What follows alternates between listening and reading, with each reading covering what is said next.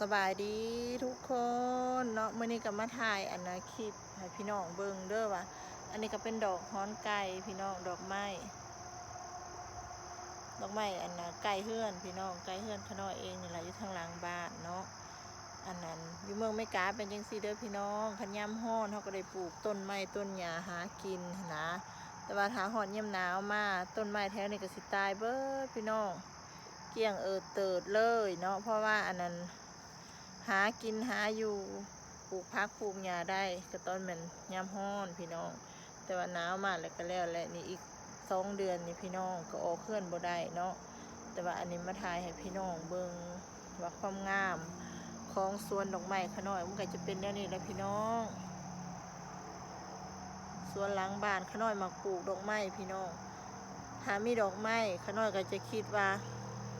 มีความสุขที่สุดในชีวิตของขน้อยนี่นะ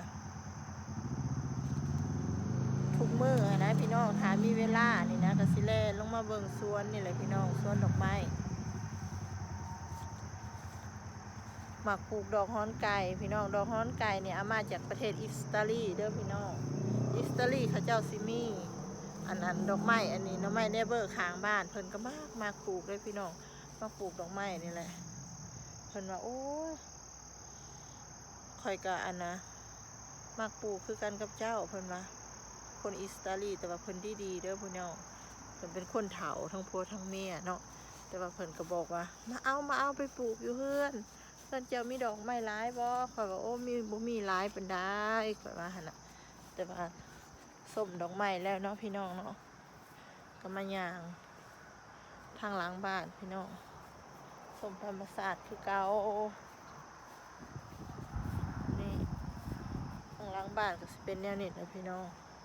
ต้นไม้นี่ก็งามอยู่พี่น้องแต่ว่ามันยามดอกมันก็เป็นดอกงามแต่ว่าอันนั้นยามฝนมันก็มืดพี่น้องมืดดอกมาถ่ายให้พี่น้องเบิ่งทางหลังบ้านอันนี้นะโอ้ก็มีดอกไม้อยู่ทางข้างบ้าน ทางข้างบ้านยังมีดอกไม้อยู่พี่น้องปลูกไว้นี่แพงได้ดอกไม้อันนี้พี่น้องต้นหนึ่งก็50-60 เหรียญพนะแต่ว่าอันปลูกแล้วมันก็ขึ้นคุปีบางปีมันก็เป็นสีขาวบางปีก็เป็นสีพับโป้พี่น้องสีพับโป้สีหยังทุกปีมันสิเปลี่ยนพี่น้องเปลี่ยนทุกปีหั่นแหละความงามของมันค่ะเปลี่ยนเองทุกปีพี่น้อง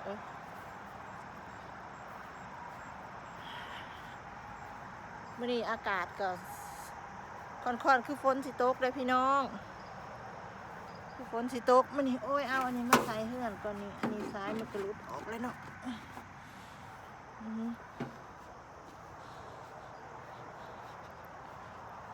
เปลี่ยนทุกมื้ออากาศก็ได้เปลี่ยนไปเปลี่ยนมาอยู่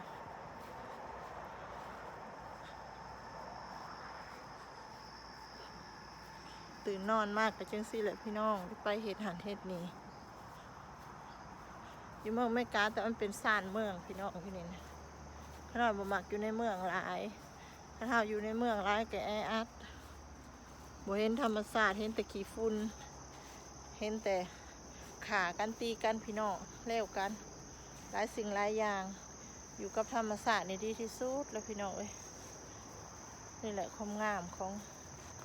ดอกไม้ก็เป็นจังซี่ละมากแล้วพี่น้องมากขนาดแล้วก็น้อย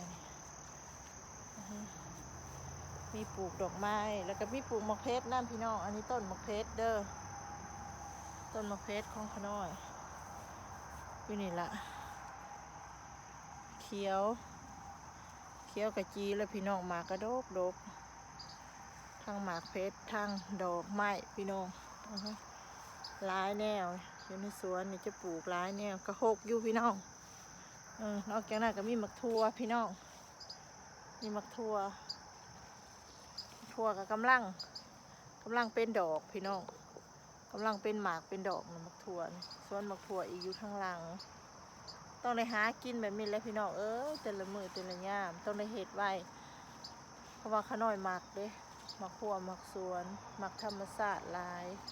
ใกล้สิได้เก็บตำเลยเด้อพี่น้องเด้อมักถั่วนี่ก็ดีผู้ได้เข้ามาส้มก็ขอให้มีแต่ความสุขเด้อพี่น้อง